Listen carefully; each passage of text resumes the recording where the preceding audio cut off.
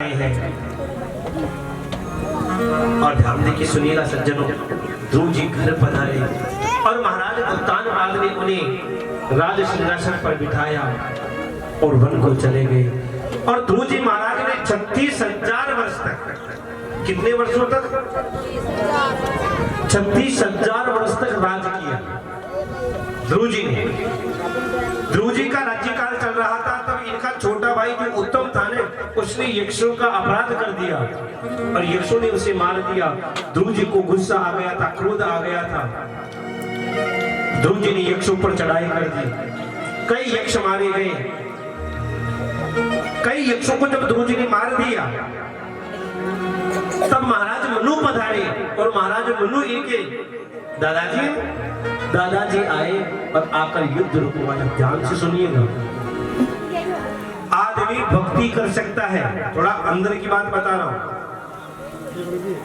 भक्ति कर सकता है, भक्ति करके भगवान को भी पा सकता है, लेकिन भगवान को पाने के बाद भी क्रोध चला जाए, ये कोई कन्फर्म नहीं है।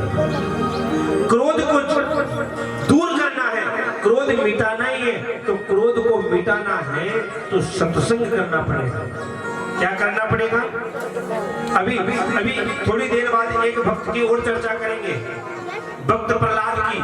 प्रहलाद जी महाराज ने सत्संग किया था, इसलिए कितना भी कष्ट दिया, लेकिन प्रहलाद जी को कभी क्रोध ही नहीं आया, क्योंकि उन्होंने सत्संग किया था नारद जी महाराज का, और इन्होंने भक्ति की। भक्ति में और सत्संग में थोड़ा अंतर तो होता ही है प्रभु। और जब युद्ध रुका तो कुबेर जी महाराज ने ध्रुव जी को वरदान दिया और ध्रुव जी महाराज ने 36,000 वर्ष तक राज्य का उपभोग किया।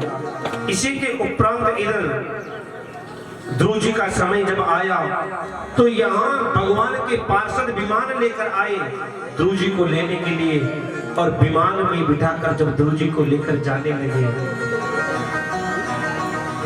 ध्रुव जी जब जाने लगे तो सामने एक स्त्री खड़ी हो गई, बड़ा विकराल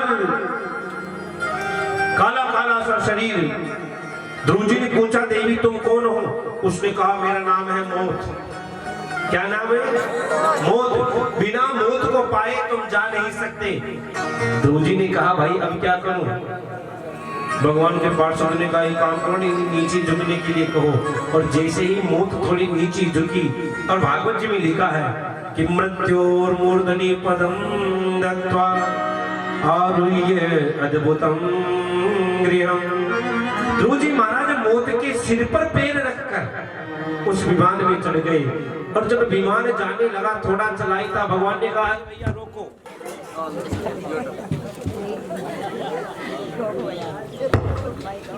भगवान ध्रुव जी ने कहा, भैया रोको। अरे रोको कि क्यों? ध्रुव जी कहती है कि मैं अकेला स्वर्ग नहीं जा सकता, वैकुंठ नहीं जा सकता, मेरी माता पिता। भगवान के पार्षदों ने कहा, महाराज आगे देखिए, 3 विमान जा रही है, एक आपके पिता महाराज उत्तानपाद का, एक आपकी माँ सुनीति का, और एक आपकी छोटी माँ सुरुचि का, तीनों का विमान जा रहा है। क्यों जी? इस कथा का मतलब क्या है? ये कथा आपको क्यों सुनाई गई? असल में ये उत्तानपाद, थोड़ा अंदर की बात थोड़ा समझना। मैं इसलिए थोड़ी अंदर की बातें यहाँ बता रहा हूँ, क्योंकि पिछले साल भी कथा करके गया, 10 साल पहले, थोड़ी बहुत याद रह गई होगी तो फिर कहेंगे महाराज फिर के यही कथा की, यही कथा की, दूसरों को ही खेलिए। वरना तो हकीकत ये है कि ठाकुर जी की कृपा से 15 साल से सेवा हो रही है। हर जगह, हर व्यासपीठ पे कोई न कोई अलग बात ही निकलती है। ये ठाकुर जी की कृपा रहती है, लेकिन फिर भी अब कथाएं तो वो की वही है जो है भागवत में। 15 साल पहले भी वही थी, 15 साल बाद में भी वही रहेगी। भागवत तो वो की वही है। हाँ, बस इसका सुनने का और सुनाने का थोड़ा तरीका इधर उधर हो सकता है, वरना तो भागवत और कथा वो की वो ही मिलेगी। प्रेम से बोलो जय श्री कृष्ण। थोड़ा जोर से बोलो ना, जय श्री कृष्ण। महाराज ये कथा हमने सुनी तो सुनी क्यों? क्या मतलब है कि क्या कारण है इस कथा को सुनने का? तो ध्यान से सुनिएगा। ये उत्तानपाद कौन है? तो ये उत्तानपाद कोई और नहीं, आप हम सभी उत्तानपाद हैं। आप में सब उत्तानपाद है। उत्तानपाद का मतलब उत्तानहर पादः यस्य इति उत्तानपाद है, जिसका पैर ऊपर है। उत्तान यानी ऊपर, पाद यानी पैर, जिसके पैर ऊपर है वो उत्तानपाद है। अब बताओ, आप हम सबके पैर ऊपर है कि नहीं है? नहीं है। माँ के गर्भ में कैसे रह रहे थे? माँ के गर्भ में हर जीव का पैर ऊपर की तरफ रहता है और सिर नीचे की तरफ रहता है। तो बताओ, उत्तानपाद हुई कि नहीं हुई है? आप हम सब उत्तानपाद हैं। आप अभी उत्तानपाद हैं, मैं भी उत्तानपाद हूं।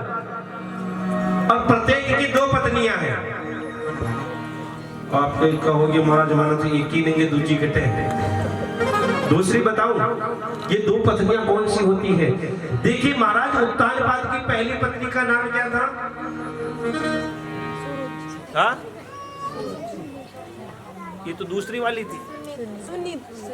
हाँ, पहली वाली पत्नी का नाम है सुनीति। सुनीति का मतलब सुष्ठुर नीति ही यस्य सा सुनीति। जो नीति शास्त्र की कही हुई है, जो शास्त्र के कहे अनुसार चले, उस बुद्धि का नाम है सुनीति। और अब बताओ, अपने दो बुद्धि है कि नहीं है? दो बुद्धि है ना। एक बुद्धि तो शास्त्र कहे वो करो, और दूसरी बुद्धि करके मन मर्जी करो। सुरुचि मैंने मन मर्जी, पर अपन अपनी कभी कभी मन मर्जी कर लेते हैं। भाई शास्त्र में कहा है कि भागवत की कथा दिन में होनी चाहिए, लेकिन महाराज मानक में टेम को कथा ने तो टेमन थे रात में की दिन। हाँ, ये हो गई सुरुचि, ये मन मर्जी। लेकिन शास्त्र के विरुद्ध अगर काम करेंगे, आपको एक बात बताऊं, मैं मेरी भी कह रहा हूं, मैंने भी कई बार कही है कथाएं।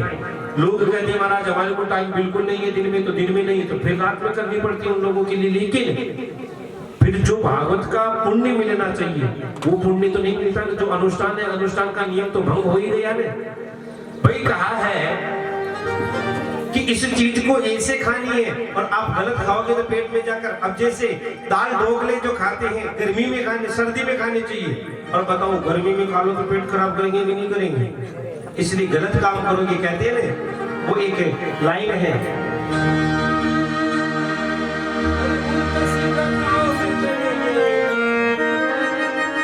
अरे उल्टा सीधा काम करेंगे देवे दोस्त तकदीर ने। अरे दाड़ मायने खांड ना कदे लून ना कदे खीर में। दाड़ मायने खांड ना कदे लून ना कदे खीर में।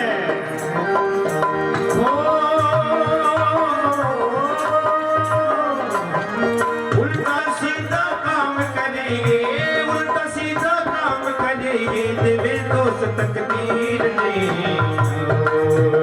खांड महीने दो दाड़ महीने खांड ना कदे लून ना कदे खीर में। दाड़ महीने खांड ना कदे लून ना कदे खीर में।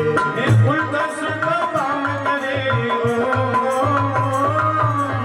उल्टा सीधा काम करे और देवे दोस्त तकदीर ने। दाड़ महीने खांड ना कदे लून ना कदे खीर में। दाड़ महीने खांड ना कदे लून ना कदे खीर में।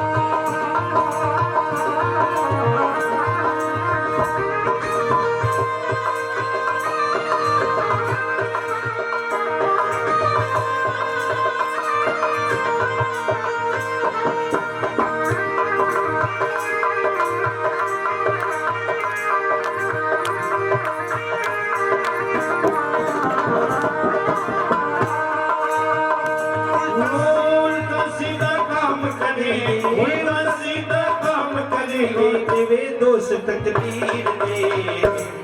दाल मायने खांड नाक दे लूण नाक दे खीर में। दाल मायने खांड नाक दे लूण नाक दे खीर में। दाल मायने खांड नाक दे लूण नाक दे खीर में। दाल मायने खांड नाक दे लूण नाक दे खीर में।